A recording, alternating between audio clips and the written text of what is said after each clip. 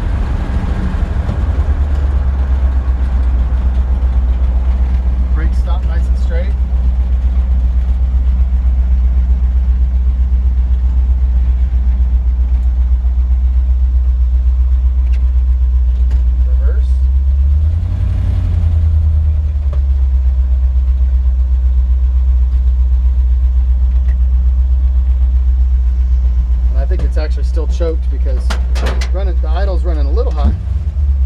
Let's see if it'll kick down there. There it goes down a little bit. It's still a little cold right now, so the choke is on. Electric choke.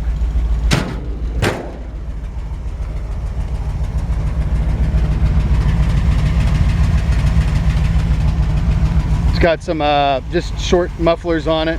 It's really kind of a shop truck. Hood opens easily. You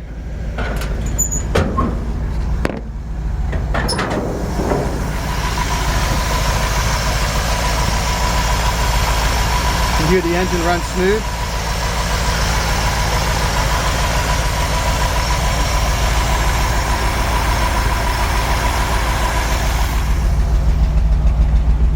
I'll turn it off, walk you around the truck. This is a truck that kind of, I've gotten to where I'm calling these trucks like this shop trucks more than rat rods. It's not really, I think rat rods are really those rusted out, you know, cool kind of works of art. This is to me more of like what I call kind of a shop truck, which is got a little bit of rust here and there, just not bad, overall good.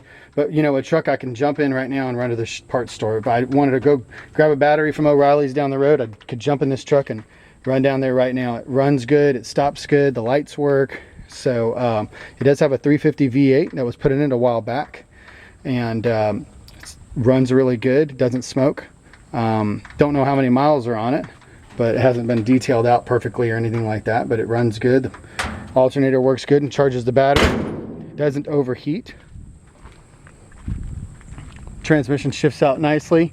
It does chatter just a touch in first gear sometimes. It didn't do it just now when I was driving it, so every once in a while it does just a touch. But then once you get rolling, it runs out great, shifts into second and third gear very easily. I just made a little mishap there when I started this video and was kind of getting excited and got it more on reverse than I did on second. Of course, the love of this truck overall to me is the big back window, but also this being the second series, 1955, the first year that they made this body style. And as we get up on the truck, there's a few imperfections here and there that, you know, where there's no body work, there was some surface rust that was painted over and stuff like that, just kind of giving it that, you know, flat black shop truck look. But overall, the body's straight, nice straight hood, and overall the body's rust free. It's got a few spots of rust here and there, a little bit of rust in the bottoms of the doors. I can show you that when we open the doors up. The outer cab corners have been repaired and they're actually pretty new. They look good. Inner cab corners are rusted out. I see that a lot with guys. Rear fenders nice and smooth. Tailgate in great shape. The bed on this truck is in great shape. No dings or dents. This truck may not have been used as a work truck. Usually we can tell if it was a work truck if it's all banged up. Either that or somebody replaced the tailgate and the back of the bed. The back of this bed actually almost looks so new. One tiny little dent down there at the very bottom. But you know, not all these trucks were used for work. Again, another fender in excellent condition with great step ups. Cab corner on this side was also replaced. Top has some where you can see that it was, you know, painted over, some surface rust looking. It may have sat out and then somebody did this hot rod black job on it. So again, front fender here is in nice clean condition. You can see that the hood hinge here is wanting to leave that popped up just a hair. Not a big deal. Sometimes that happens. Just walk right over to it and pop it back down. Matching wheels, matching hubcaps look good. Tires have good tread, but they're definitely older and have some rot on the side. Cruising around town wouldn't bother me, but I wouldn't want to get out on the freeway with those tires. Overall, the doors look good until you get to the bottom. You got a little bit of rust here at the bottom.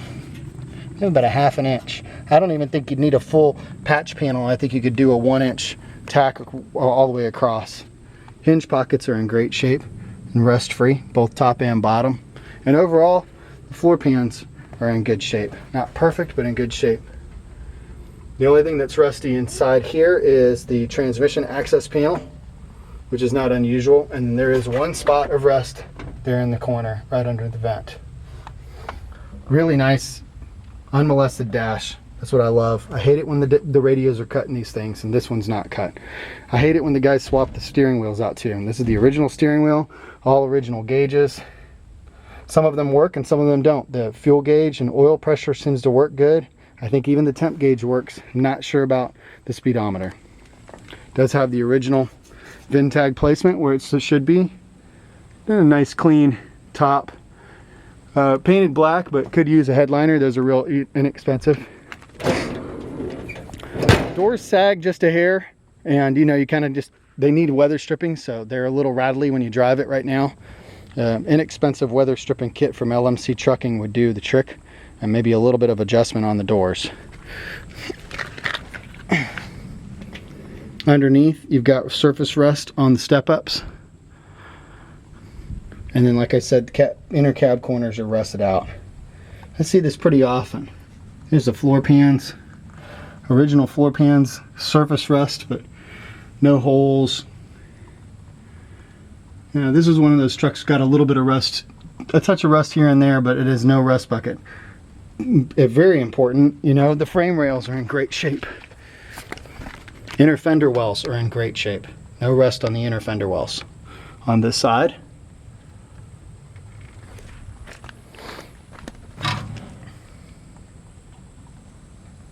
nice clean rust-free frame rails. Again, this fender well here is clean and rust-free.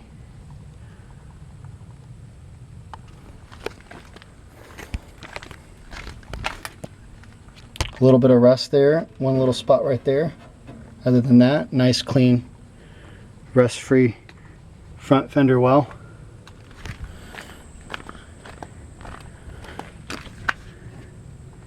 Same thing here, clean and rust-free all the way to the back. No rust in this fender at all. Go underneath the truck on this side real quick. Good grief, it's hot out here. Do you have some rust in the step up here? Looks like a little bit of fiberglass resin's been put on there to reinforce it. The cab corner on the inside is rusty, and other than that, you've got solid original floor pans with surface rust, but no rust holes. I want you to be able to see it on this side as well. Bottom of the door has some rust here. It's the same as the other side. Just a little, like maybe, let's say like a 1-inch strip going along the bottom. And like I said, a good welder would probably take care of that in maybe an hour on each door, hour and a half on each door. I don't even think they need the patch panels. The outsides are nice and solid. Of course, it does depend on what you want to do with the truck. I mean, if you're trying to make a really nice, you know, driver out of the truck, you may want to do the patch panels on the bottoms of the doors. Another thing that I did forget to mention is this is not the original bench. It's actually like a mid 1950s Ford Crestmark bench. So it's actually a little bit wider, and to be quite honest, it's actually a little bit more comfortable than the original bench, and it has this split in it. So you could actually reupholster this. If you wanted to, you could take it out, of course, and put an original seat in. I do have an original seat that I just had reupholstered that I could sell with the truck. I'd like to at least just get my money out of that. It's about $550 from the upholstery shop, but I actually like this bench. It's very comfortable. I like the fact that it's split there. Typical, you know, doors don't want to close all the time. You got to slam them a couple times. Just little things like that. Windows do roll up and down easily. A little bit of bubbling on the driver's and passenger's vent windows, and older glass for the windshield, but it's still in, you know, good shape. No major no cracks or anything like that. So there you have it. Cool truck. Lights do work. Mechanically, I think it's a reliable truck, and I think this is going to make somebody a really fun shop truck.